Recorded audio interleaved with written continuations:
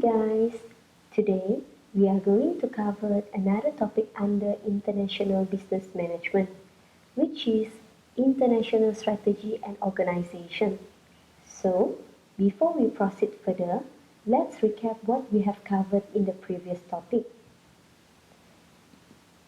We started with international marketing, which covered the 4 P's: product, promotion, place, and price.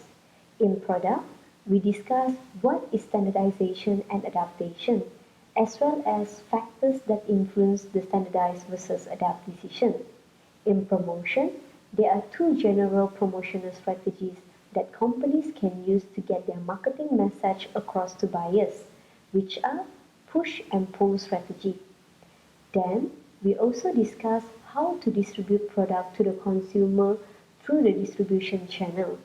And in the last P, price, we covered the two pricing policy which are worldwide and dual pricing. Next, we covered international operation. That is on how a firm formulates its production strategy in terms of planning for production capacity, location of facility, production process to be used, and layout of facilities. Finally, we covered on type of physical resources such as raw material and physical assets, as well as whether firms will make or buy their own resources used in the production process. So there are 3 learning objectives in today's topic.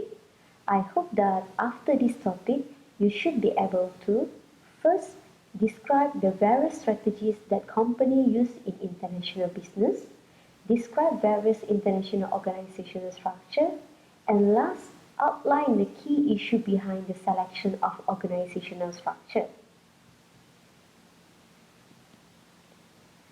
So, this diagram shows an overview of strategies that a company can use in international business. There are 4 categories of strategy that can be used. First, we have 2 international strategy, which are multinational strategy and global strategy. Next, corporate level strategy. Under this strategy, company must formulate a corporate level strategy by identifying the markets and industry in which to operate. Overall objectives for different business units are developed and the role of each unit in reaching those objectives is determined. There are 4 key approaches to corporate strategy, which are growth, retrenchment, stability, and combination strategy. The next one, business level strategy. A company may only need one strategy for its one line of business, or others might need many strategies. Key to an effective business level strategy is a general competitive strategy in the marketplace. A business unit can use either one of the 3 business strategies for competing in its industry, which are low cost, differentiation, and focus. And the last one, department level strategy. In order to reach corporate and business level objective, it depends on effective departmental strategy that focus on activity that transform resources into product. Department level strategy rely on capabilities, primary and support activities that create value for customers. Okay, so now we will be discussing the first categories of strategies, which is the 2 international strategy, multinational and global strategy. Anyway, a multinational strategy, also known as multi-domestic strategy. Some international companies choose to follow a multinational strategy, which is a strategy of adapting products and their marketing strategy in each national markets in order to suit local preferences. Moreover, multinational strategies are often appropriate for companies in industry in which buyer preferences do not converge across national borders, such as certain foods products and some print media. On the other hand, we have global strategy, which this strategy offering the same product using the same marketing strategy in all national markets. Companies that follow a global strategy often take advantage of scale and location economies by producing entire inventories or products in a few optimal locations. They also tend to perform product research and development in one or a few locations and typically design promotional campaigns and advertising strategy at headquarters. So-called global products are most common in industry characterized by price competition and therefore pressure to contain costs. They include certain electronic components, a wide variety of industrial goods such as steel, and some consumer goods such as paper and writing instruments. The main benefit of a multinational strategy is that it allows companies to monitor buyer preferences closely in each local market and to respond quickly and effectively to emerging buyer preferences. Additionally, companies hope that customers will perceive a tailored and customized product as delivering greater value than competitors' products. A multinational strategy then should allow a company to charge higher prices and or gain market share. However, the main drawback of a multinational strategy is that companies cannot exploit scale economics in product development, manufacturing, or marketing. The multinational strategy typically increases the cost structure for international companies and force them to charge higher prices to recover such costs.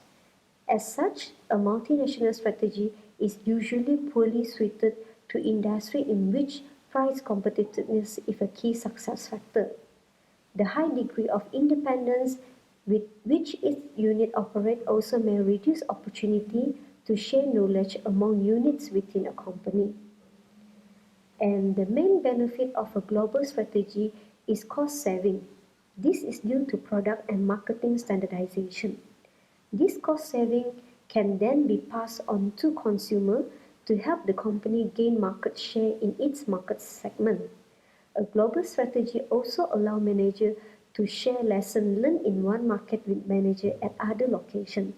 However, the main problem with a global strategy is it that can cause a company to overlook important differences in buyer preferences from one market to another. A global strategy does not allow a company to modify its product, except for the most superficial features, such as the color of paint applied to a finished product or a small add-on feature.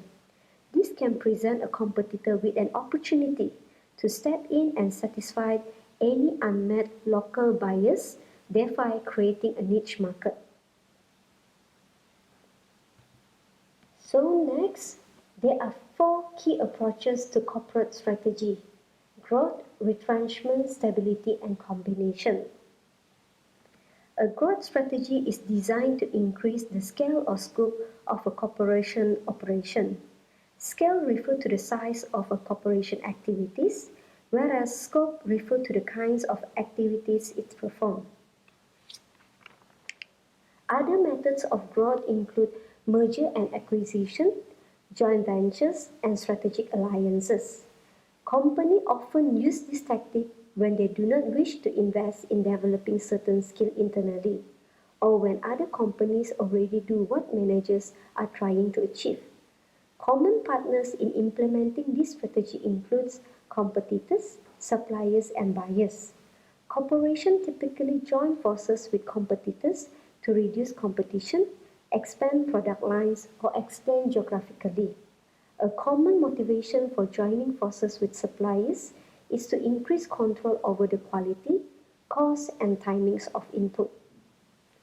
Next one, retrenchment strategy. This is the exact opposite of a growth strategy. This strategy is designed to reduce the scale or scope of a corporation businesses. Corporations often cut back the scale of their operation when economic conditions worsen or competition increase. They may do so by closing factories with unused capacity and by laying off workers. Corporations can also reduce the scale of their operation by laying off managers and salespeople in national markets that are not generating adequate sales revenue. Corporations also may reduce the scope of their activities by selling unprofitable business units or those that are no longer directly related to the overall aims. Weaker competitors often resort to retrenchment when national business environments grow more competitive. A stability strategy is designed to guard against change. Corporations often use a stability strategy when trying to avoid either growth or retrenchment. Such corporations have typically met their stated objective or are satisfied with what they have already accomplished. They believe that their strengths are being fully exploited and their weaknesses fully protected again. So, they see the business environment as posing neither profitable opportunities nor threats. They have no interest in expanding sales, increasing profit, increasing market share, or expanding the customer base. They simply wanted to maintain their current position. And the last one, combination strategy. The purpose of a combination strategy is to mix growth, retrenchment, and stability strategy across a corporation business unit. For example, a corporation can invest in units that show promise, retrench in those for which less exposure is desired, and stabilize others. In fact, corporate combination strategies are quite common because international companies rarely follow identical strategy in each of their business units. In addition to stipulating the overall corporate strategy, manager must also formulate separate business level strategy for each business unit. Each business unit can use one of the three generic business level strategy for competing in its industry, such as low-cost leadership, differentiation, or focus. These strategies are used by practically all firms in all markets worldwide. So, let's explore each of these strategies in detail.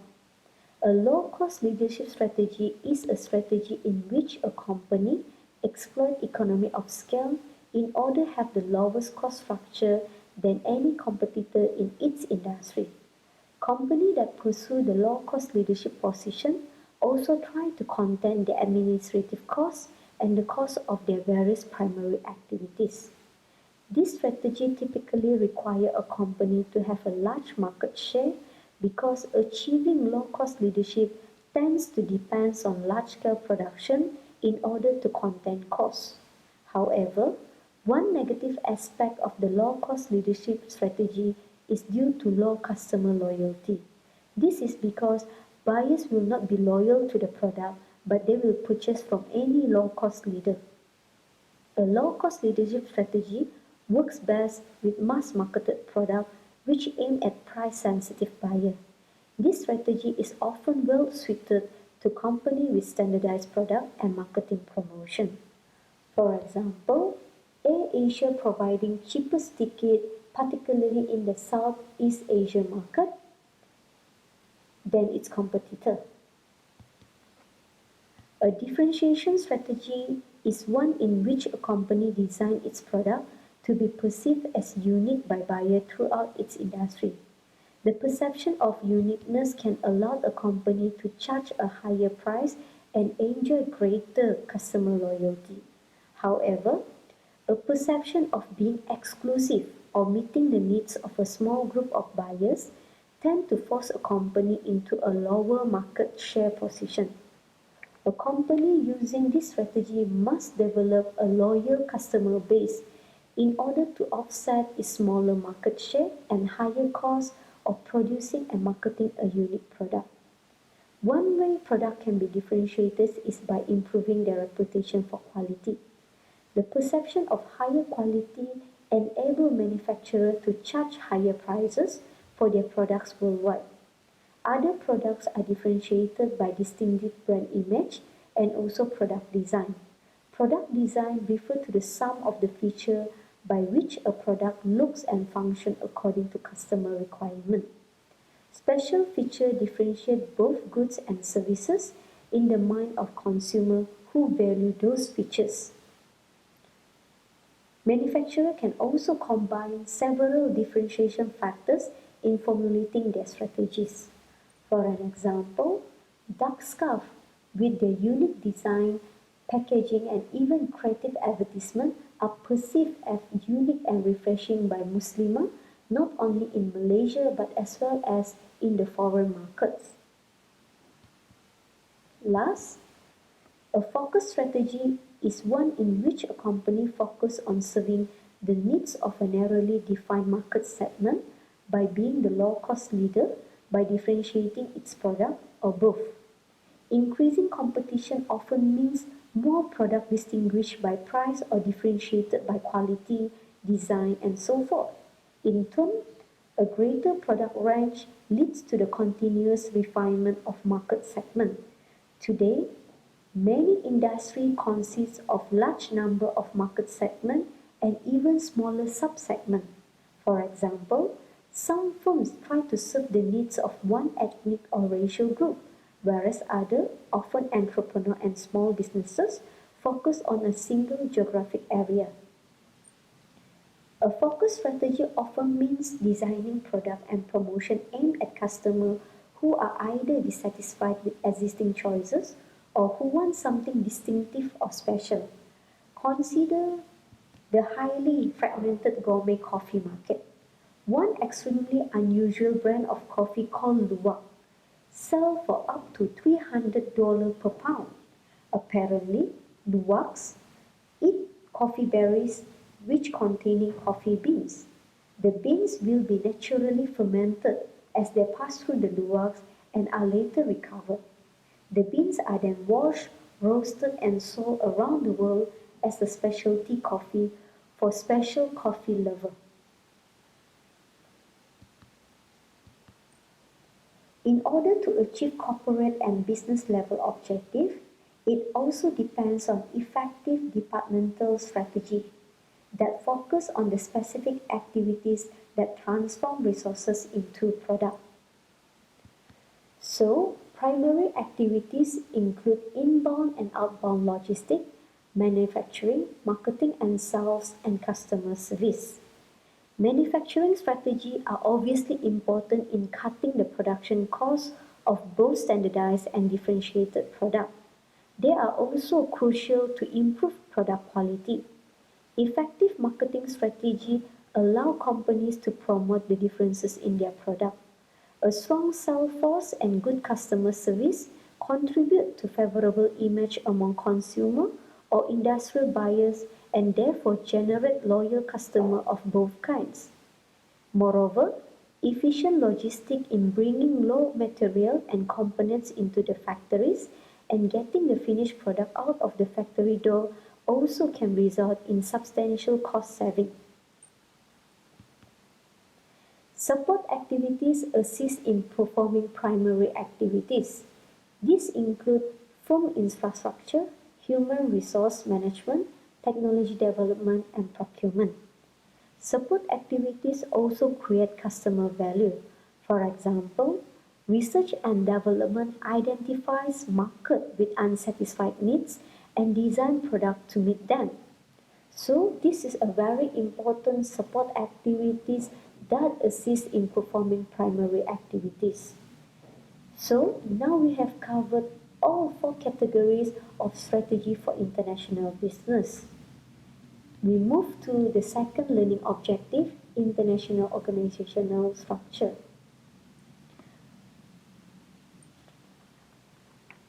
There are many different ways in which a company can organize itself to carry out its international business activity. But four organizational structures tend to be most common for the vast majority of international companies, which is international division structure, international area structure, global product structure, and last, global matrix structure. An international division structure separates domestic from international business activities by creating a separate international division with its own manager. In turn, the international division is typically divided into units corresponding to the countries in which a company is active. For example, France, Brazil, and China. Within each country, a general manager controls all the manufacturing and marketing of the firm's product. By consigning international activities to a single division, a firm can reduce costs, increase efficiency, and prevent international activities from disrupting domestic operations. These are important criteria for firms new to international business and whose international operations account for a small percentage of their total business. However, an international division structure can create two problems for companies. First, international managers must often rely on home country's managers for their financial resources and technical know-how. So, poor coordination between managers can hurt the performance not only of the international division but also the entire company. Second, the general manager of the international division typically is responsible for operations in all countries. Although this policy facilitates coordination across countries, it also reduces the authorities of each country managers. Therefore, rivalries and poor cooperation between the general manager and country managers can be damaging to the company overall performance.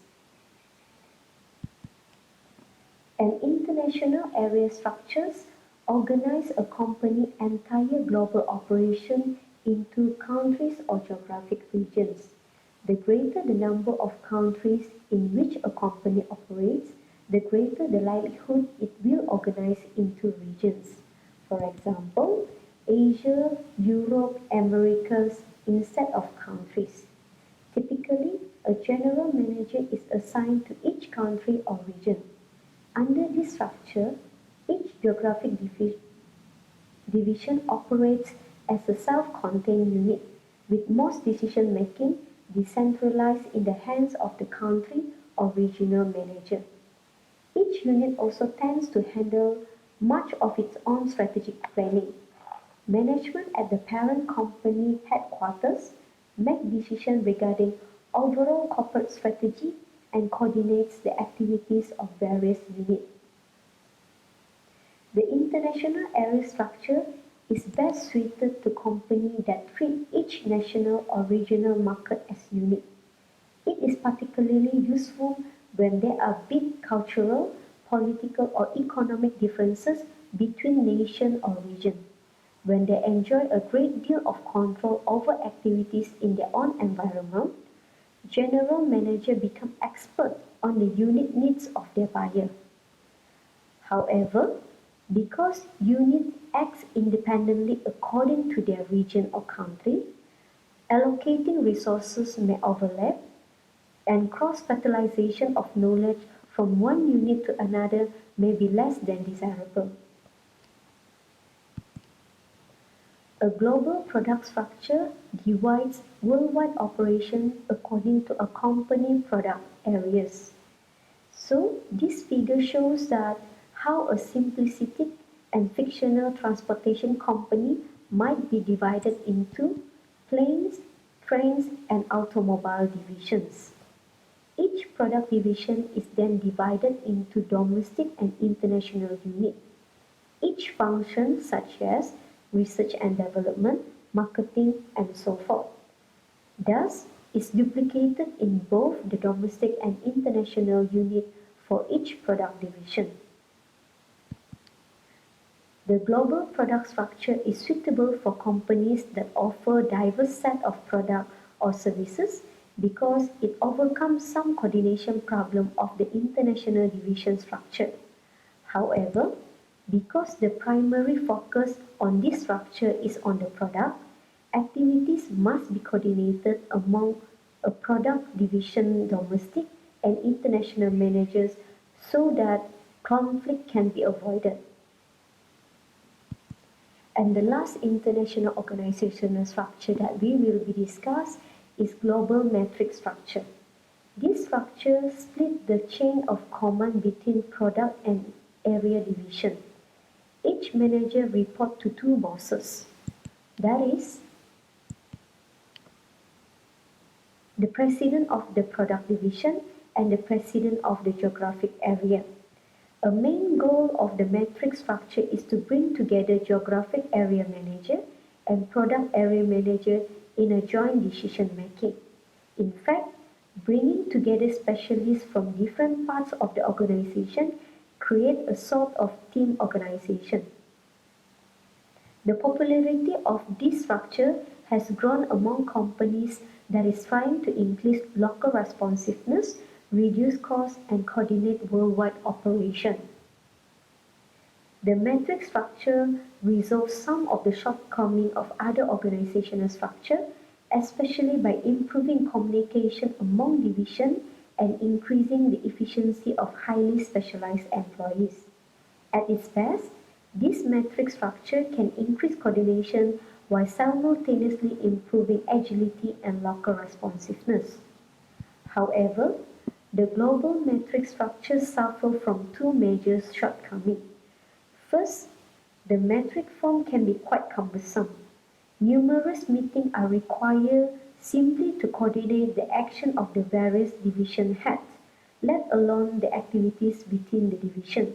In turn, the need for complex coordination tends to make decision-making time-consuming and slow the reaction time of the organization. Second, individual responsibility and accountability can become foggy in the metric organization structure because responsibility is shared, so manager can attribute poor performance due to the action of the other manager. Additionally, the source of problem in this structure can be hard to detect and corrective action will be difficult to take. Now we are in the last learning objective for today's topic, that is to outline the key issue behind the selection of organizational structure. The two important issues to be considered by a company are centralization versus decentralization decision making, as well as coordination and flexibility. Centralized decision making concentrates decision making at a high organizational level in one location, such as headquarters, whereas decentralized decision making disperses decisions to lower organizational level, such as to international subsidiaries.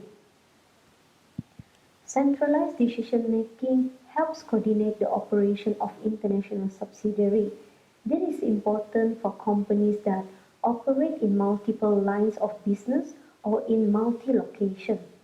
It is also important when one subsidiary output is the input for another subsidiary. Therefore, in such situation, coordinating operation from a single high-level vantage point is more efficient. Additionally, some companies maintain strong central control over financial resources by channeling all subsidiary profit back to the parent for redistribution to subsidiary based on their needs. This practice reduces the likelihood that certain subsidiaries will undertake investment projects when more promising projects at other locations. Decentralized decision-making is beneficial when fast-changing national business environment put a premium on local responsiveness. Decentralized decision can result in products that are better suited to the needs and local preferences because subsidiary managers are in closer contact with the local business environment. Decentralization also increases personal accountability for business decisions. When local managers are rewarded or punished for their decisions, they are likely to invest more effort in making and executing them. And for coordination and flexibility, it is important to coordinate the activities of different divisions in order to achieve overall company strategy. Each type of company must design an appropriate organizational structure. Each needs a structure that clearly defines areas of responsibility and chain of command. That is, the line of authority that runs from top management to individual employees and that specify internal reporting relationship. Organizational structure is not permanent, but it is often modified to suit changes both within a company and its external environment. This is because companies usually base organization structure on strategy. Changes in strategy usually require adjustment in structure. Similarly, because changes in national business environment can force changes in strategy, they too will influence company structure. So this is important to monitor closely the condition in country characterized by rapidly shifting cultural, political, economic environment. So that's all for today that we have covered the three learning objectives. So we're going to have a quick recap on what we have covered. There are four categories of strategy that a company uses in international business. First, two international strategy, which we have multinational and global strategy.